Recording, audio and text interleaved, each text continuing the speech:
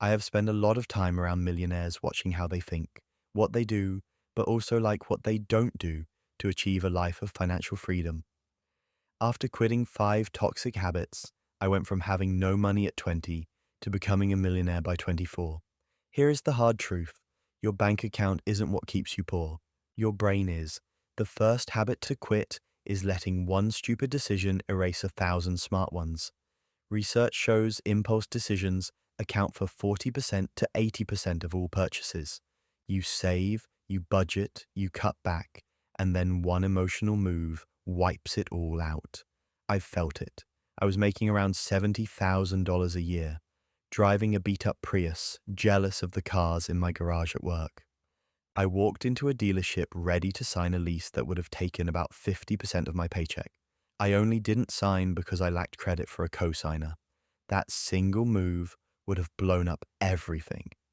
This is what happens when a sudden emotional desire meets low cognitive control. You're hungry, tired, stressed, and your brain gets hijacked. You're not thinking, you're feeling, and feelings cost money.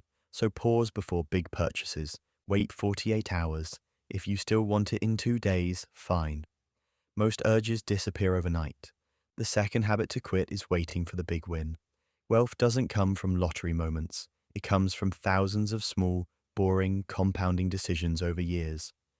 Warren Buffett said his life has been a product of compound interest. Time in the market beats timing the market. Someone who invests $10,000 at 25 and lets it compound at 7% annually ends up with about $149,000 by 65. Wait until 35 with the same money, and it's about $76,000. Same money, half the result. Time and consistency are the edge. Commit to improving one thing by 1% each day this year. Don't wait for perfect timing. Start now. The third habit to quit is lifestyle inflation. This is why people earning 6 figures often feel just as broke as those earning $50,000. If your expenses rise as fast as your income, you never get ahead. What used to feel like a luxury becomes your new baseline, and it's hard to go back without feeling like you're losing. Wealth is what you keep, not what you make. Warren Buffett still lives in the house he bought in 1958, not because he is cheap, but because every dollar you don't spend can compound.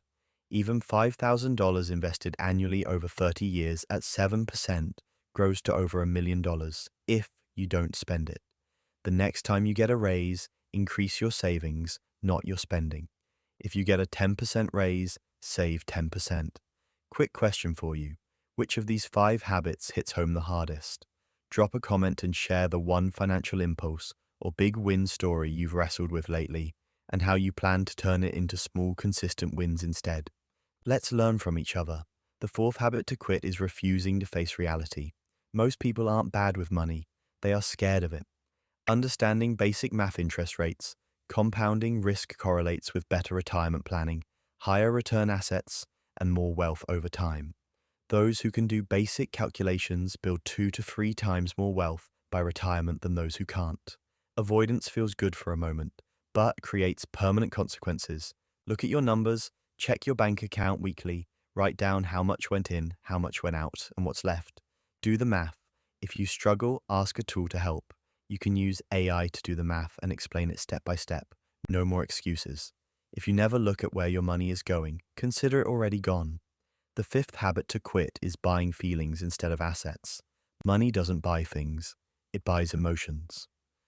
Emotional intelligence, being able to identify and manage emotions, is tied to lower materialism and less compulsive buying.